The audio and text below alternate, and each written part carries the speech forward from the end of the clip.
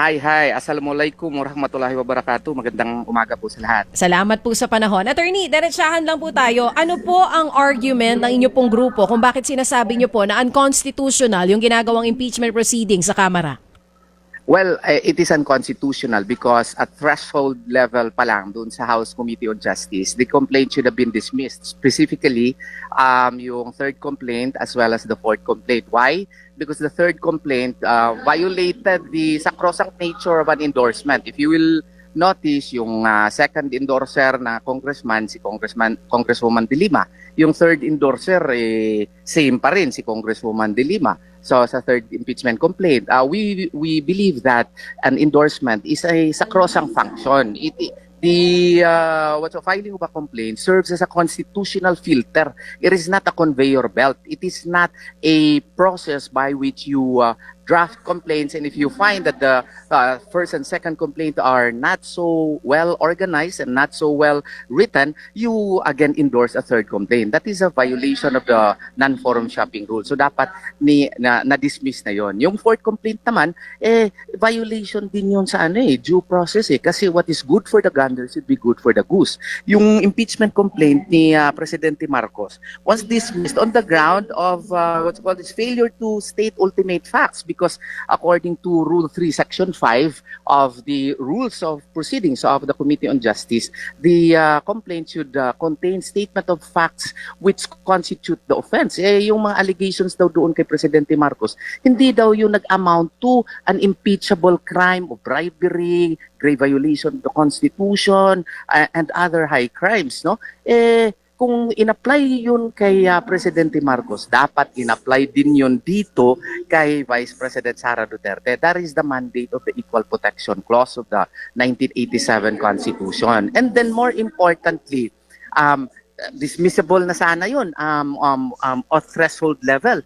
Ang ginawa pa nila, yung House Committee on Justice kasi, tama yon, determination of probable cause, pero hindi dapat na ikaw na yung investigator, ikaw na yung, mag-fishing expedition ka na, ikaw na yung magpasabina. Ginawa ba nila yun kay Presidente Marcos na impeachment complaint? Hindi. Nagpasabina ba sila doon sa pagdetermine ng sufficiency in substance doon sa kay Presidente Marcos? Hindi.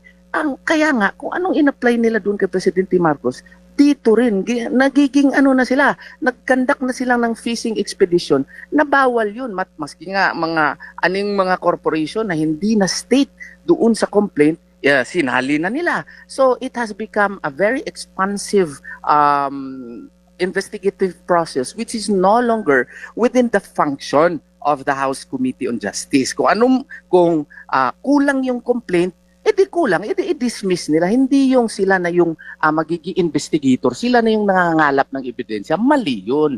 Kung hindi nila in-apply yun kay Presidente Marcos, dapat hindi rin yun i-apply kay Vice President Sara Duterte. Ang amin dito, yes, there should be accountability. But then again, the Vice President already explained everything in the past about what happened with her funds. No? This is a question of constitutional limits. Accountability, questions of accountability should be determined in accordance with constitutional limits such that due process must still be observed. Para sa inyo po ba, Attorney, hanggang saan lang ba dapat ang mandato ng Kamara or ng House Justice Sige po. Nandun lang yun sa 1987 Constitution, nakamandate doon sa Article 11, Section 3 thereof. Dapat, kung ano yung nakalagay doon sa complaint, i-assess nila sufficient in form and in substance ba ito. Di mag-render na kaagad sila ng report kung meron ngang sufficiency in substance.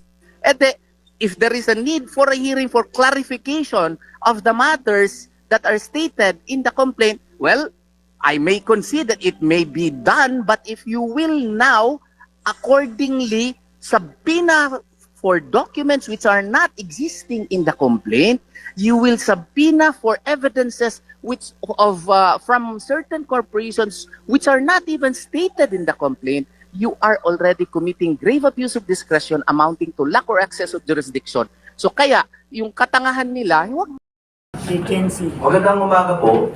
Gusto ko lang tulungan ang ating taong bayan na maunawaan yung nangyayari, and I ask the members of the media to help our cause. meron po akong dalawang konsepto na nais ilatag. Tulungan niyo po kami ipaunawa sa taong bayan. Dalawa lamang po.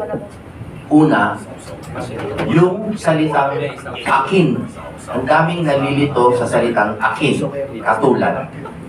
Pangalawa, yung konsepto na in dubio pro reo. When in doubt, rule in favor of the accused. Ulitin ko po, dalawa lang. Salitang akin, katulad. Kawangis, pero hindi salamin, ha? Katulad lamang, akin. Pangalawa, in dubio pro reo. Gusto kong maunawaan ng taong bayan niya. Okay. Sa impeachment po, it is a sui generis proceeding. Wala siyang katulad. It is a class of its own. Kaya, tuwing meron pong sinasabi na ang impeachment proceeding sa House ay akin to preliminary investigation, mag-a-apply dyan, medyo ang rules of court, medyo lamang. Pero hindi eksakto. Tama po ba? Okay.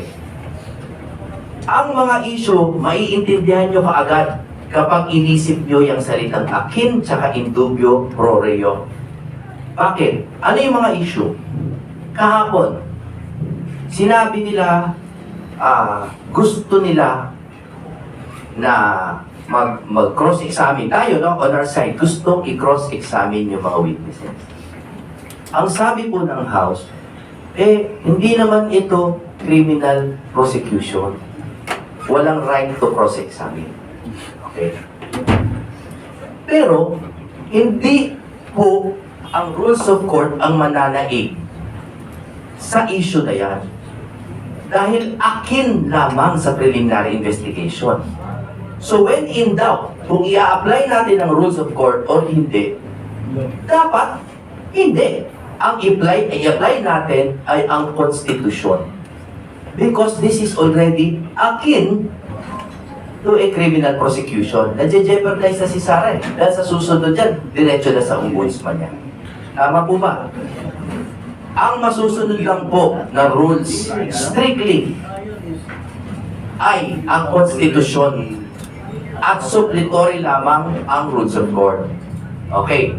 Gusto naman nila na isabina na yung bank records. Di ba, Kong Jing, gusto na raw nila mag-hold ng mini trial. Kanino po nanggaling yung salita niya? Sa kanila po sa House. That's what, that's what they call a Freudian slip. Gustong-gusto na nilang mag-mini trial. Okay. So sila naman ang gumagamit ng salitang akin. It is already akin to a mini trial. Ano po ba nakalagay sa Article 11 ng Constitution, Section 3, number 6? The Senate has the sole power to try and decide all cases of impeachment. Meaning, hindi naman siya trial. Pero pag akin na siya to a trial, pag mini trial sa kanilang yan, no? Ibig sabihin, trial na yan. Bawal na yan. Wala silang jurisdiction. Therefore, it is fatally flawed. Defective siya. Then, pwedeng iakyat sa Supreme Court to for lack of jurisdiction. Bakit? When in doubt, rule in favor of the accused. Okay? To sum up, ito lang po ang panawagan natin sa taong bayan. Educate yourselves. Every time, pinipilit po ang rules of court o kaya iba pang rules that is not applicable in strictissimi juris or juris, no? What will strictly apply only is the Constitution, Article 11, saka Article 3, Bill of Rights, no? Yan lang ang strict natin i-apply. Uulitin ko, pag nagmumukha ng criminal prosecution yan. Okay? In dubio pro reo. Pag nagmumukha ng trial, bawal na yan. Okay? Pag sinabi naman nilang preliminary investigation lang to, hindi pa pwede mag-cross-examine. In dubio pro reo. Pwede na mag-cross-examine dapat. Bakit? Because it's in favor of the accused. Every time may duda, i-apply ang Constitution in strictissimi juris and ignore other rules always in favor of Sara, who is now an accused, is in jeopardy, and alam naman natin kakasuhan nila. And the last message on accountability, no one is avoiding accountability. Kung gusto nyo, kasuhan nyo, hindi po immune ang Vice President. Kasuhan nyo sa Ombudsman na kayo naman ang nagtalaga. Kasuhan nyo doon. Pero itong impeachment, para sa akin na, i-dismiss nyo na o ituloy nyo na, sabi nga ni Atty. Ferdy. Kasi kung merong reasonable certainty of conviction sa Senate, iakyat nyo na. At kung wala naman, itigil nyo na para po sa taong bayan. Maraming salamat po. Congressman.